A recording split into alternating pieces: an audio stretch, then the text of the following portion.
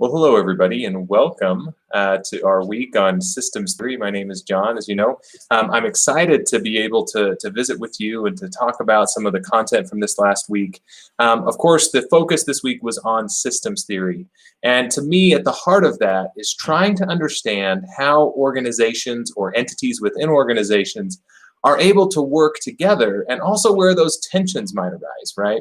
So for instance, a lot of you work in housing, some of you work as research assistants, some of you are in other administrative positions at the university. And in those roles, you've probably noticed that your entity connects with a lot of other entities on campus, right? Similar to as we talked about last week, the whole idea of tight and loose coupling. Well, systems theory kind of takes that to another level and says, well, even if you are tight or loosely coupled, your actions are going to impact other parts of the system, right? So for example, I'll share really quickly. When I was working at a university in Utah, we had this desire to kind of change the way that funding was conducted at the institution. So the state would give us money to run our operations, right? And for decades, the state had been funding based on enrollment. So the number of students you got, that's the number of dollars you got. And we were trying to push to a more mission-based funding approach because the university I was working at believed that there was something to a couple of institutions not just growing by thousands and thousands of students, right? There was something about having smaller campuses and smaller institutions. And so we pushed for this mission-based funding perspective. And sometimes you get what you ask for. And that is what happened in this instance. So we were given mission-based funding. And so the institution, the way that we did it is we kind of billed ourselves as the Public Liberal Arts College. Now, in a very conservative state, the word liberal has some negative connotations to it. And so the legislature, and there was all kinds of challenges, political challenges, community challenges. Now, liberal arts education doesn't have anything to do with politics, right? The word liberal means broad. So it's about having a broad education. And the purpose of the institution was to prepare students for graduate school. And so in this example, our institution became the State Liberal Arts Institution. We thought we were going to get this mission-based funding approach. And what we found is that because of the negative connotation that was associated with liberal arts in our state, that funding actually dried up from the state legislature. They didn't want to fund, they still wanted to fund on enrollment. And so it kind of created a lot of challenges for the institution. The community support really deteriorated for our leadership. And so all of these different systems impacted our institution in a way that created challenges, right? It created challenges for the direction we were going. And in some ways kind of put us on a totally different path.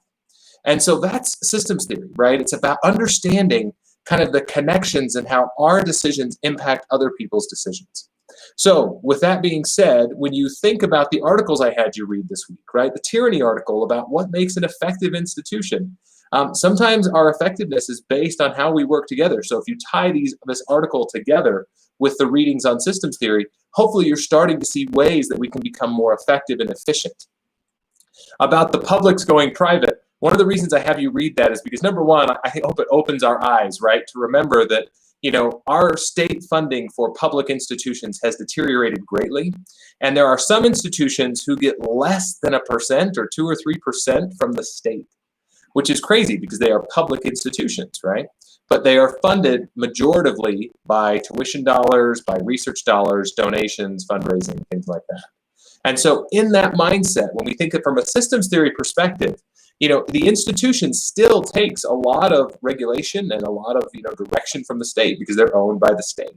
And so this kind of is another aspect of systems theory, right? Is how much power should the state have when they have kind of stopped funding this entity? And so that being said, I want you to think about the systems dynamic. And rather than type something this week, I'm going to invite you to make a short video of yourself, no more than 2 to 3 minutes at most. And I want you to share an experience where you have worked with another entity, if you've had kind of a connection, or if you've seen, maybe it's your department and they're working with the college to get resources. And I want you to talk about the multiple systems, right? So in my example, it was the university, it was the community, it was the state legislature. I could have expanded that to other institutions. I could have focused internally. So there's a ton of ways that we can think about systems. but I want you to think about a system you've been a part of. I want you to share it with the class, and I want you to tie what you experienced to the readings. So what did you see kind of pan out that you read about? What are some of the challenges you see with systems theory? And then, of course, feel free to then, after you post that in the discussion board, so I want you to post a link. The easiest way I found to do that is to make a YouTube video, either go YouTube Live or record it on your phone and upload it to YouTube, and then put the link in the discussion board, and then I would invite all of you to respond to a couple of your colleagues' videos. So again, short, 2 to 3 minute video, experience with systems theory and the readings, and then respond in the discussion board by chatting, right? So make your video, either with your cell phone, put it on YouTube, upload it, then put it in the chat, in the discussion board with a link, just like I've done here. And then, of course, go back in and chat with your colleagues about the videos they made and the experiences they had. And with that, I hope all of you have a great rest of your day, and I do look forward to seeing your experiences and thoughts around system theory.